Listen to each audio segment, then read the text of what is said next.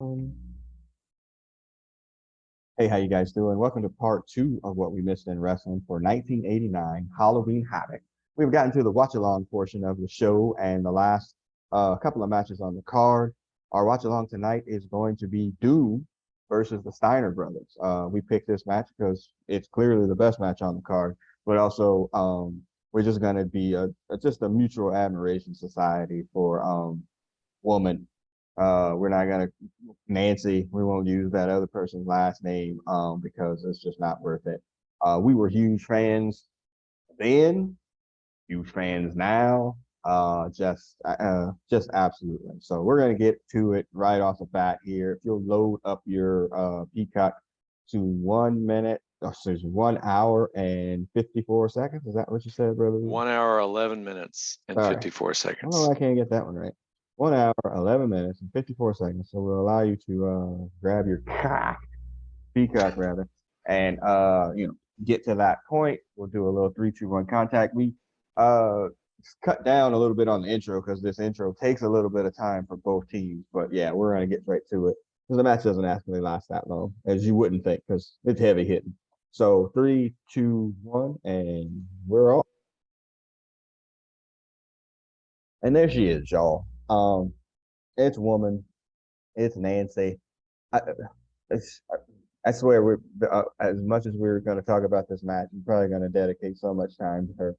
I remember her on the magazines, the after mags as they call them now.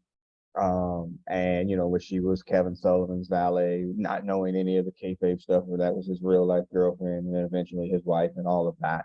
It was just like, wow, that's a pretty lady in wrestling. And I'm sure I showed that to you. Yeah, and I honestly, I don't really remember except from the more like the Nitro era, like Mm, a few years, fast forward a few years. Like I don't know that it registered like in this period of time, but right. the thing that just stands out to me is like contrast her to Miss Elizabeth is all over everything else. The other side of the other side of the aisle that we've been watching, and Yeah. Miss Elizabeth is completely useless. Yeah. That era of Miss Elizabeth, we've had that conversation. Yeah. But She's like, good. yeah, like woman here is great, Yeah. absolutely great. And the backstory here is that she was a plant in the crowd that Kevin Sullivan put there as like a fan of Rick Steiner, and he loved her and all of this stuff, and then she turned on him, and this is what kind of led to this kind of feud here. But I mean, she's looks amazing here, and she's gonna have a long run here, primarily in WCW. I don't know until her former gets to the WWE that she ever made any appearances over there. And even No, there, she wasn't a talent, because I think that sometime after they had their kid. yeah, So I no, think I she I just think that was the dropped out of extent the of it. spotlight. Yeah. Yeah, yeah, yeah, Okay. up to the WCW acquisition, I don't think she was part of that deal. No. And we get a lot of, this match is as a starting off here. It is what you expect. A lot of hard hitting stuff, lots of suplexes, lots of clotheslines, lots of shoulder tackles. I mean, just The German absolutely, suplex. yes, just and a lot of dog barking. If you're a big fan of Rick Steiner.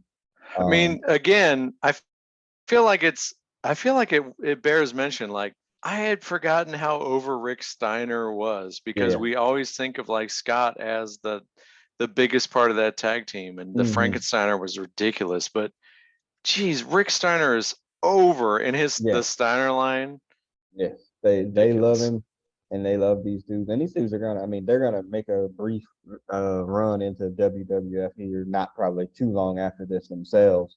But when they do come back in the pre-Nitro era and the Nitro era, they have matches with all the great tag teams, the Outsiders, Harlem Heat. Like, I mean, they Hmm. are probably because Scott went so nuts as the big booty daddy and all that stuff later. I think people kind of forget that he was in one of the better tag teams of all time, Yeah. because he was just, he once he hit the gas really hard and turned into whatever version of person that is, because he's just like, it's not even like a real person. Um, so, but yeah, this match. Can we talk about how huge Ron Simmons is? Yes, Ron Simmons is Oh freaking my huge. God. Yeah, he's just huge. Like Butch Reed is a big dude, but like Yes. God, Ron Simmons is huge. Engulfing him. Yeah, just I mean, Ron Simmons is not that long into his, career. No. So it's like at this point in time, and less than a year or two from now, he's going to be the world champion.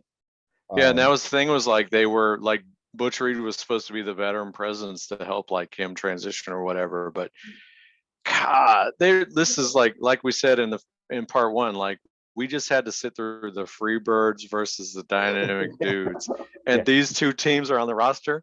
This is ridiculous. And neither of these two teams Steiner line coming up. Yeah. Oh. Oh, one for you too on the apron, and then the barking and the yep. Yeah, and there's a Frankensteiner they barely get on camera. It's ridiculous. Yes, they almost missed it. And again, at this point, I don't know if that had been a thing for a long time or you just break it out special. But then, again, he gets so freaking big later on that all the athletic shit that he did, he could never do because he was just the size of a barn. So, yeah, this is a great look at her. My God. I mean, she played her role as the devil incarnate and the devil incarnate support for a very long time. And like Flair compared to back, like Missy Hyatt, who's great in a way, but does has just a different kind of presence. And like even Sherry, I don't know, Sherry was a thing under, but like she has just like a prowess and a presence to her that I think is really unique. To quote Dave Chappelle, Rick James, it's our aura, man. It's something about her aura. It was orange. Yeah. So it just, I mean, yeah. It was, and then when she does come back, like I think she comes back with Flair at some point in time. Yeah. As a part of his group, and then at some point in time she's with Flair and Elizabeth when she comes back there as well. All the craziness started to happen. Her real life relationship turned into a real life relationship. From the TV show. Yeah, and as we've discussed, like WCW Elizabeth is different than just the prom queen Elizabeth, who was completely worthless in WWF, but still not a patch on Nancy. No, not at all. That's a great situation. Oh, you blocked it. Look at this. Come on, man. It's insane.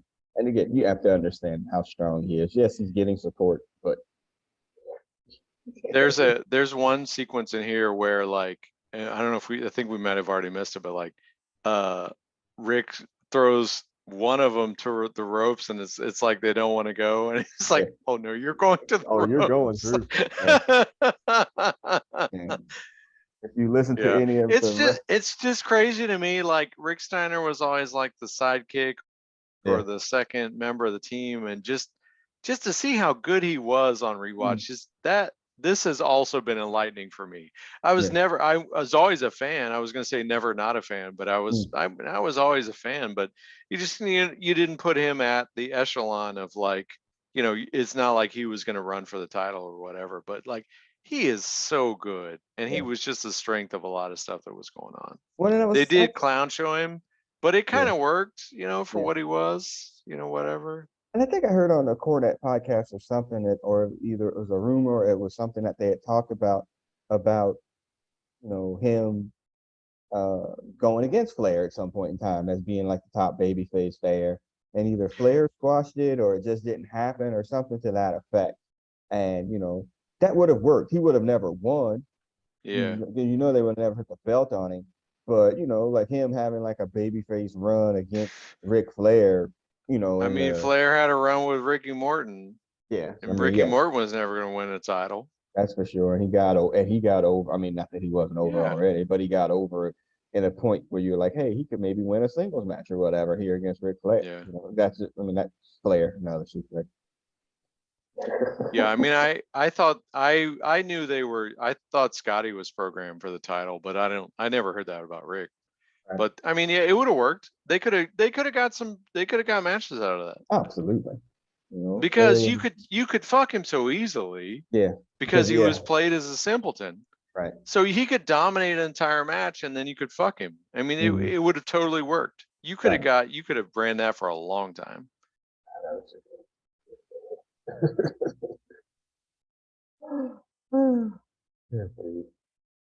Yeah, Nancy's ending is again. I'm not one of these people. I mean, I know I'm kind of purposely not saying his name for a reason, and I guess, but like it, the ending of that story is just insane. You know, we've seen the dark side of the ring. You know, read articles and heard things of what. I mean, it's just it's it's literally unbelievable. Like you can't believe like something like Yeah. that actually happened I to mean, real people. in a variety of ways, I've been thinking about it, a couple of topics in terms of like what I know and what I believe. And this is one that I think fits right in the middle there. Like I want to believe that the head injuries and the brain trauma made Right, all these things that don't make any sense, put them in perspective. right. But that's no that's no salve on the fact that it's completely senseless and that the Mm-hmm. world is worse off without either of them. Correct. Either not any of them. I like not even to say just the two of them, their child as well. Mm-hmm. Yeah, I mean, I don't know, but I'd like to believe that the stuff that they've all put them through is that was just another aspect of this, but it's just awful. Right. And I think I made the insult of like at one point in time when we were younger. And I was like, oh, like woman's like dating cute, you know. I was wrong. Like that's not it. Like she's definitely Mm. not like Ohio cute. Like Oh she's just no, a pretty woman. You literally. yeah, Yeah. I'm like, oh, okay, I get it now. Like for whatever reason I got it then, but yeah, this is one of the better valets in terms of her look and then maintaining it essentially her entire run. yeah, and not just another copy of like we rattled off a couple of the other, Mm-hmm. Missy Hyatt, The Walking Riot. Not Mm-hmm. yeah, obviously Elizabeth Sherry, but not just a copy of any of those, just unique in her own way, and this that derived from that Kevin Sullivan creepiness, and really kind of existed within that, but then transcended it also. And I Yeah. mean, just like the stare and the presence here, just it's just crazy because relative to what's going on in the ring, just little things outside, but it adds so much to the whole performance. Yeah. I mean, And like I that's said, what, yeah, I was just gonna say, and that's what, that extra piece to put, what right now is a nameless mass tag team over. right, right. And you take the tag team, you take the masks off, and there's so much more there, and the whole thing works together that much more. But at this point, it's that little extra piece to get this whole thing over Yeah. And then against a team that at this point had been portrayed as like almost unstoppable. right. I mean, and again, like I said, we're kind of giving like as much to her here as we're giving to this match. And like we got to give it up for Butch Reed, who's an RIP for us as well, unfortunately, Yeah. from 2021. Like when you listen to Cornette talk about Butch Reed from the early like Mid South days, how he was just like such a beast, and let's be 100% honest, if he were white, he would have been probably the world champion or had received other Yeah. types of belts, but he's kind of always regulated to dirty heel person in Yeah. a tag team champion or whatever. But all the attributes that he has would be somebody who would wind up being champ, and it's just not going to work in the 70s and 80s. And I think he's like, isn't he like close to 40 at this time? Yeah, he's an Like, older yeah. dude. Mm-hmm. Yeah, his knees are like And allegedly shot ish because, he could, that's why he's not a single anymore because he couldn't yeah, go, all the time. but performing at a level above Mm-hmm. the Samoan SWAT team, Yeah, I would say. Tommy Rich, the Cuban Yeah, assassin, the Fabulous yeah, Freebirds. Yeah, I yeah. mean, like, The dynamic dudes. Yes, yeah, all of that. I mean, good grief. And again, you hear a lot of these stories about, man, you know what? WCW wasn't, they were not doing well, they weren't drawing or whatever like that. Why not? The talent yeah, that they have on the roster at this point is pretty damn good. And this is, it goes back, obviously, everything goes back to booking. But you look at the people on this freaking thing, in this ring, you got three Hall of Famers. I'm not sure if Butch Reed's in Yeah, the Hall of Fame. He probably is. but it comes down to like they were trying to sell wrestling as a sport against the mainstream popularity. They were trying to sell this against the rock and wrestling connection and whatever. And it's just those are two different things. Right. And you can't they should not have tried to get this over on a national level. They should not have tried to compete at the same level as the WWE. They could have not overextended themselves and been successful for as long as they wanted on a scale that fit the appetite for wrestling as a sport and been an alternative. But they tried to compete wrestling as a sport on a national level against the mainstream rock and wrestling connection across the country, and it just wasn't going to work. For whatever it was that got the WWF to click, they're clearly trying to differentiate themselves against that. And they're differentiating it from the we wrestle and all this stuff. That's not what got the mainstream audience interested. It was fashionable to watch that because it was on MTV and then you could turn it on and watch WrestleMania.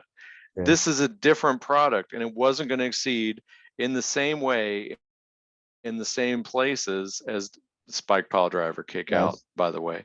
It wasn't going to succeed in the same places in the same way. And they could have competed alongside of them in a way, but they were never going to overtake what the WWF became. Wow. Yeah, and there's probably a parallel to draw there with AEW currently, in the sense that you're trying to present something that is completely opposite of what's going on the other channel as well, but you're not doing it well. There may be an appetite for that, but you're taking it to the other extreme. Like, all right, well, they're this, we're going to take it completely on the other side of it. But then, okay, that's fine. People might be open for that, but you'd have to do it well, and they don't do it well, and that's the problem. Yeah, and I do totally believe the idea of we're going to give you a little bit of everything for the 100,000 people that watch or whatever, or the million. What is it? 1 million people that watch? The 1 million people that watch. We're going to give each of you half of what you want at any given time. No, just another sign on the line. Pick an identity and do another sign on the line. Pick an. Oh, here it comes. This is the Frankensteiner. Amazing. And how about Butch Reed being able to sell it? I know. I mean, he's again a 40-some-odd-year-old man at the time. Look at this power slam too. That's great. Oh. Yeah, it's just So we're getting to our fuck finish here, where woman is going to load the mask of the Doom member here, which is Ron Simmons. In his promo was like, if I see her, I'm gonna give it to her or something like that. So he just did some crotch related thing. Now I thought the black people were proficient with the headbutts. Why does he need a foreign object here? Help me understand. Exactly. Well, also, if he headbutts him, why does he not take the headbutt too? You just took three. And that's it, y'all. He has not Steiner up. My goodness, Steiner's nasty plunge on that headbutt though was pretty sweet. And that money shot of her right there. I'll tell you. Yeah. You said it. The world definitely a worse place after all of that. Right. And it's funny because they keep it's ironic to me. Well, not that part of it, but they introduce him as women's tag team of Doom, which implies that their name is Doom, and that's what obviously they're known at. But it was like it was kind of like a larger name that they settled on. So it's just funny. And then they unmask it here at some point. Very shortly after this, I think. And is this where they both have blonde hair, or that was a different team? Well, the natural. So Butch Reed had blonde hair as the natural. I don't know that Ron Simmons ever had that. He might have had. I can't remember if once he unmasked he still had blonde hair or not, but.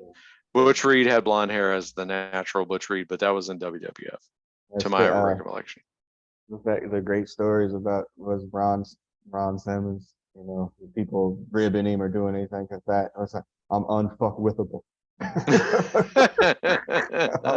I need it on a t-shirt. So all right. All right, let's get to the next match, y'all. As we're wrapping up this card, it's match number 7. Is that where we are? Yes. Uh, yeah. The Road Warriors, R.I.P. to both, versus the Skyscrapers, Dan Spivey and Sid Vicious, Sid Justice, Psycho Sid. Yeah, WWL. Okay. With Paul Ellering and Teddy Yes, Long, that's right. respectively. Yeah, both also alive. I do not like the Road Warriors all this selling. I just can't get used to it. It's like the Midnights being baby faces. It's a lot of I selling. remember when I was a fan of the Road Warriors and all we ever saw was squash matches. And I Mhm. remember I always wanted to see like their big matches. Mhm. It turns out I didn't. Yeah. Yeah, in this year, I've probably been most disappointed by our Road Warrior matches than any other matches we've seen, just because like they kind of do have to sell and the mystique comes off. Yeah, completely. And there's definitely a stretch of this match where Animal explains to Sid Vicious that no, this is what we're doing now. Yeah. And there's some fun stuff to watch. Yeah. And we've seen other matches where the Skyscrapers and Vicious were over big time.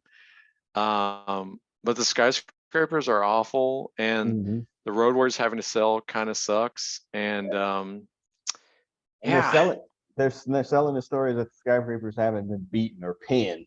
So when I heard that, I was like, oh well, this is gonna be a DQ finish because they're certainly not gonna pin the Road Warriors. And if they're always selling this story with these dudes, they're not gonna pin them either. So you're just kind of waiting to get to that point. Dan Spivey sucks. I think we've established that on part 1 and every other thing we've seen with him. Sid sucks too, but in a different way. Like he's so awkward, like he's like Luger with less athleticism, yeah. if that could say something. And he just moves so freaking slowly, poorly, like everything. So he sucks in a different way, but he can power bomb, and that's Yeah, over. because the match starts with Animal. I think the Animal tries to clothesline Spivey over the rope and he fucks it up, so he has to knock him out. And then they talk about like how most people wouldn't take 2 hits with that, whatever. Yeah. Like, Okay. yeah. Again, it's a lot of Sid no selling in certain bits.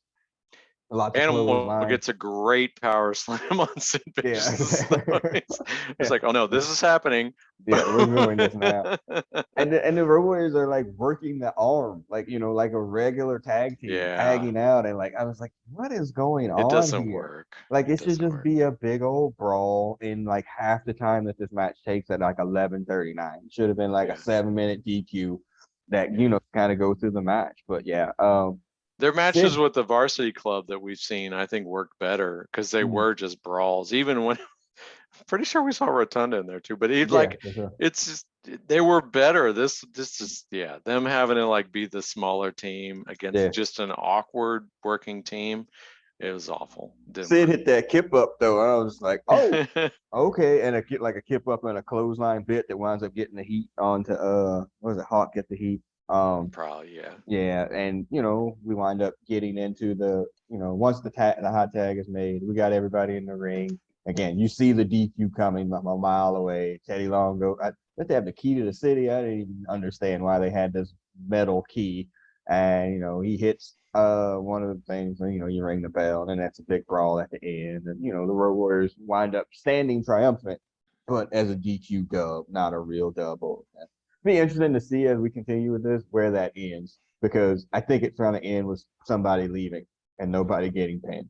Yeah, I think I was just say the same thing. It's like, oh, well, Skyscrapers aren't on this next pay-per-view. Mm-hmm. Yeah, I think Sid is probably the one that goes out, or maybe the Road Warriors went to Japan, something along those lines. But yeah, it's yeah. All right, we get back to the backstage for the main event. We get a promo by Sting and Flair, and Ole Anderson is back for The some Rock weird Ole reason. Anderson. Yeah, Did you and catch that? no, I didn't, but Yeah, they ugh, called him The Rock Ole Anderson. Like, God. good thing you got that trademarked, Oh, Jericho. yeah, send money to Wayne. So yeah. So we get the entrance. Flair gets a separate entrance. Sting gets a separate entrance. And we I get to think the they all ring. did though. Muta got a separate entrance, and then Terry Yeah, Funk okay. did it. They got 4 separate entrances. Well, yeah, that's weird. And once they're in the ring, they have to drop down the Thunderdome trademark, I'm sure. This is awful. Okay, So it's not the blue WWF ring. It's some but other discount big ring. it's awful that we as WCW NWA fans used to run the hell out of WWF with that terrible ass ring that you could fit Hulk The Hogan through the ladder. squares in it. Like it was just, Yeah. and then the They rule was that you had to climb out of the ring. It was Sting tried to push Muta through the side yeah, of this one at one yeah, I point. mean, it's just whatever. And then like, oh, it's electrified at the top, and they had some awful freaking sci-fi special effects But budget. it did catch fire. Did you see that? Yeah, it did, And but still, Muta sprayed the mist on the fire. That was the best part of the match. Muta, so they have all these, in case you haven't seen it or are watching it, they've got like these sticks tied to the side of the yeah, allegedly thunder. electrified at the top cage. Mm. And it catches it, like it comes down and they're like not filming it, but there's clearly some action going on, and the corner of the cage has caught fire. Mm. And Muda goes up and misses it. The best. Awesome. Uh, so the match is, kind of a standard thing. You have the baby faces coming out really hot, throwing the heels all over the place. Bruno's kind of letting them do whatever he's going to do as the guest referee. You finally get the heat. And then really the last third of the match is just fucking chaos. I mean, my Yeah. God, everything that this is get your shit in. And do we talk about was it the title The Dedicated Terminators, or what was I didn't even for the know. people that could throw in the rope, throw in the towel? Oh, okay, yeah, So you yeah, weren't allowed to, you actually weren't allowed to submit. It's just the seconds, or I guess the thirds in this case, had the authority to throw in the towel. I think they were calling them the Dedicated Terminators because they yeah, could terminate the match or whatever. yeah. And again, at this point, I'm sure it was one of those things like, look, we can't beat the champ. Luda's like huge in Japan. Punk is probably like, well, I'm not jobbing. I just jobbed him at Wrestle War. So, you have to get some kind of out about this Mm. whole bit. So in the Well, but cage, also you have to have it. They don't have any other stars, yeah, so they have to sustain this for the next. They need a main event for the next pay-per-view. yeah. So It just gets crazy. I mean, there's two like Tarzan swing bits here, people tied that to this was cage. stupid. Very stupid. That whole thing was stupid. There was that, Flair works like a heel, even though he's the baby face in this match. Sting gets all of, the stinger stuff that you would expect him to get. Obviously, we get the miss.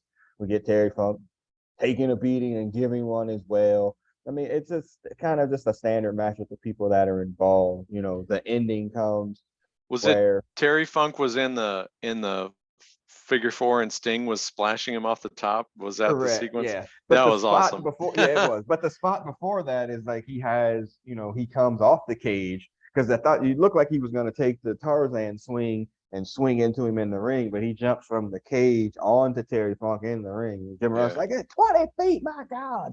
And, he goes in, but then, yeah, Flair gets him in the figure four. And, Sting splashes off him off the cage twice, while he's in the figure four, which was really kind of cool, too. And then eventually Gary Hart is the designated Terminator, comes into the ring and throws in the towel, and then that's the end of the match. Yeah, I thought the very end where like Ole sucker punched Gary Hart that made him Mhm. drop the towel, and then like was to like the ref, look, I still have my towel. Yeah, I mean, yeah, they did a good job of not of having a finish that didn't hurt any of the people in the match. right, yeah, yeah, and I think Bruno got a chance to hit Oh yeah, Muta, and Bruno Muta had done something Muta like, chopped him, and Bruno. yeah, that's fine. Yeah, I mean, again, it seems like I'm telling shit on it, but I wasn't. It was just like it's kind of was what I thought it would be. You would think like, oh, this blood death feud, there's no blood, Yeah. anything like that, and as much as like, oh, you're gonna run a regular tag team match, this is probably a match where you could have had everybody in the ring, Yeah, the match was tornado overly style. gimmicked for sure, Yeah, and like they they had to like I guess only the top of the cage was electrified, Yeah. and they had to like go up there a couple times just to like get that in the story. So it was definitely over gimmicked. Yeah. They And could again, have put a roof on it and had the same match, and it would have been fine. yeah, and then you could, and again, this is, oh, we're different than the other people over there. Yeah, but this is as gimmicky as that they did over there. You know, oh, you got bats and fucking plastic shit hanging on and cobwebs off the top of the cage. Why? Nobody really cared. You know, Halloween. This is the first Halloween Havoc. I was like kind of looking at through the archives there. I was like, oh, I don't think I really knew that until I started watching it. You know, and Halloween Havoc really becomes their bigger pay-per-view. Starcade, gets kind of flushed off to the side here soon enough. And the biggest pay-per-views for WCW winds up being Halloween Havoc. You know, that and like what the Great American Bash kind of stayed like their bigger ones, even into the Nitro era. Those wind up becoming like their bigger pay-per-views. So the fact that it started there and kind of still went on or whatever. And I think didn't AEW have a Halloween Havoc or something like that? Like they did, like WCW or WWF No, did different names. WWF still owns that, and they're Okay, there's actually, one of them I that they think, had. yeah, NXT I think is just about to put on a Halloween Havoc. Okay. I don't. They have something. Bash at the Beach. There's one of them that's like a That WCW might thing be that it. AEW had. That That might be W it because I'm pretty sure they have.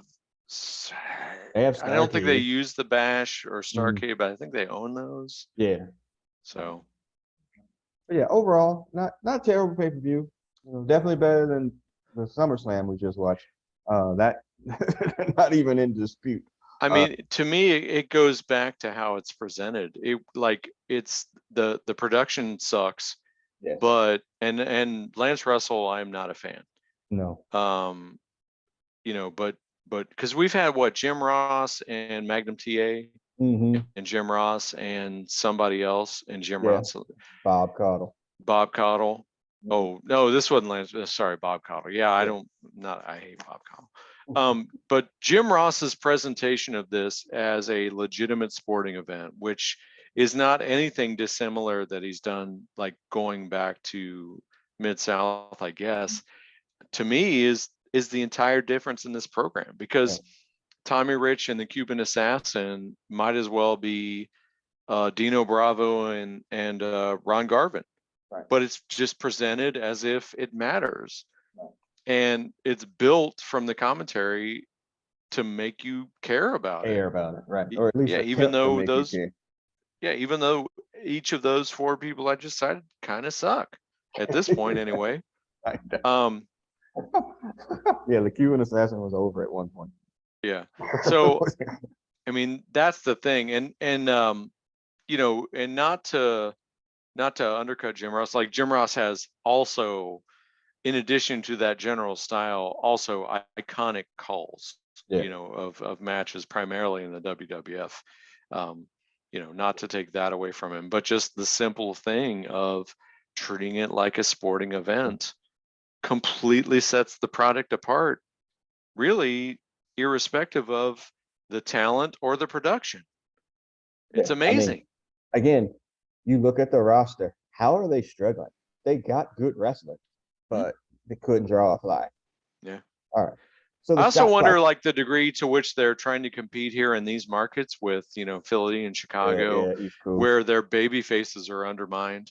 Like, if they had concentrated in the Carolinas or Florida or whatever, Atlanta, if it had been more of a traditional crowds and things like that, I wonder if that would have helped them. But again, I think it's trying to compete against the WWF in WWF territory. Yeah, I think that's what that ultimately undermines them. Shot clock's telling me I got about 3 minutes here. Oh, you can see I didn't ever could. Sorry. Yeah. So we're going to be winding up here. What is our next pay-per-view? Because we got to be ending the year here soon. So Starcade is December. So Summer. No, Survivor Series. Survivor Series. Survivor Series, which is now we get all the hokey combinations of every wrestler and the hokey names of each of the teams. Oh, I don't know this, but I'm counting on that to suck like to a degree beyond anything we've the seen thus normal far. mocking that we normally Yeah, do. I don't know that that's true, but I'm prepared for that to be the worst pay-per-view of this series. of the series. And then I think Starrcade closes out because Starrcade is December 13th. Yeah. And so if we're doing this on an annual basis, that there's not much room for there. Okay. Yeah. I mean, and Starrcade used to be a Thanksgiving thing. I was under the impression, but I guess it kept getting pushed. Not really sure. All right.